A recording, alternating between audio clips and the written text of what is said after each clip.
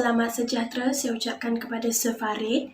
Nama saya Sharon Veronica Anak Dominik Amin, bernomor kad matrik D2019108941.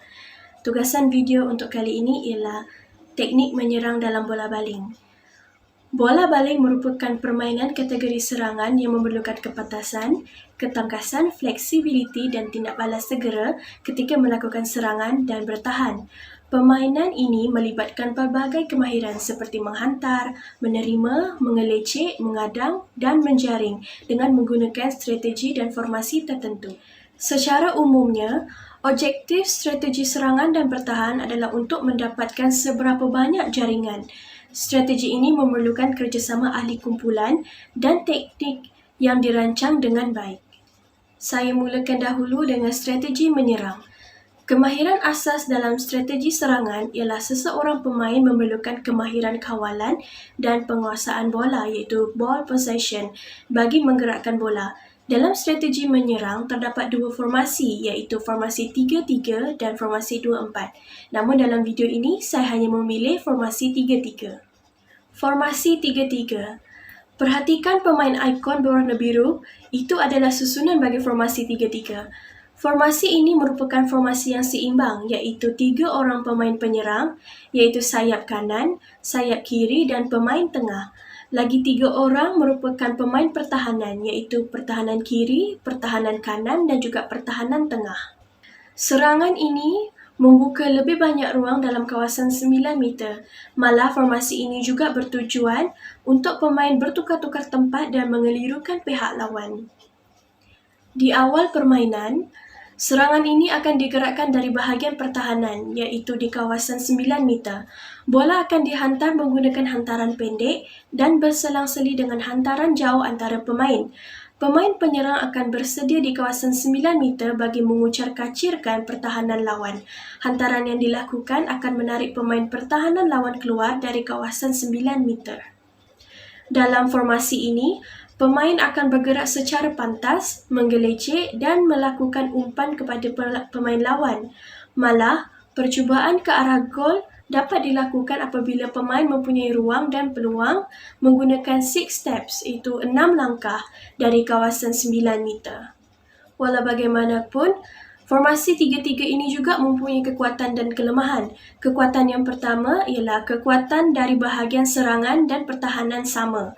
Maknanya ianya adalah seimbang 3 orang pemain dan juga 3 orang pemain di pertahanan. Jika berlaku serangan balas, pertahanan dapat mengawal serangan tersebut. Seterusnya, formasi ini sesuai digunakan jika pasukan lawan mempunyai bahagian serangan yang kuat. Kelemahannya adalah sukar untuk menjaringkan gol kerana serangan hanya digerakkan oleh 3 orang pemain sahaja. Hantaran jauh akan menyebabkan bola yang dihantar mudah dihalang oleh pemain pihak lawan. Pihak lawan juga mudah membaca strategi serangan. Seterusnya ialah strategi bertahan atau strategi pertahanan.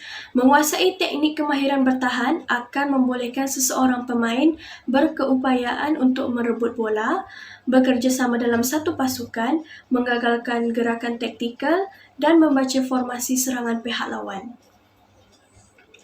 Dalam strategi bertahan, terdapat 2 formasi paling popular, iaitu formasi 6-0 dan formasi 5-1. Namun dalam video ini, saya hanya memilih formasi 6-0. Formasi 6-0. Kali ini kita perhatikan pemain ikon yang berwarna merah. Semua pemain bertahan dalam kawasan 6 meter garisan lengkung dan melakukan pertahanan rapat di garisan tersebut. Setiap pemain dibahagikan kepada 2 kumpulan iaitu berada di kiri dan juga di kanan dan akan mengawasi setiap pemain lawan. Formasi ini mengaplikasikan man-to-man marking bagi menyukarkan percubaan menjaring pihak lawan. Setiap pemain akan keluar untuk mengadang, menepis dan merebut bola. Seterusnya, mereka akan kembali ke posisi asal dengan pantas supaya tidak memberi peluang dan ruang untuk pihak lawan menjaringkan gol. Formasi ini membolehkan setiap pemain berkomunikasi antara ahli kumpulan. Hal ini menjadikan kawalan formasi ini lebih rapat. Strategi ini merupakan strategi paling popular terutamanya di peringkat antarabangsa oleh pemain barat. Walaupun formasi ini merupakan formasi yang kuat, Tetapi ada juga kekuatan dan kelemahannya tersendiri. Kekuatan yang pertama ialah bahagian pertahanan sangat kuat. Yang kedua, mudah menggagalkan setiap serangan lawan. Yang ketiga, menyukarkan pihak lawan melakukan serangan dalam kawasan 6 meter. Kelemahannya ialah dapat memberikan ruang yang besar kepada pihak lawan bergerak bebas dan mengatur serangan dalam kawasan 9 meter. Bahagian serangan sangat lemah. Jika merancang serangan kilat, penyerang akan mudah diadang atau serangan mudah dipatahkan. Kelemahan terakhir dapat memberikan peluang kepada pemain penyerang yang tinggi melakukan backstrike, jaringan lompat dan jaringan jauh.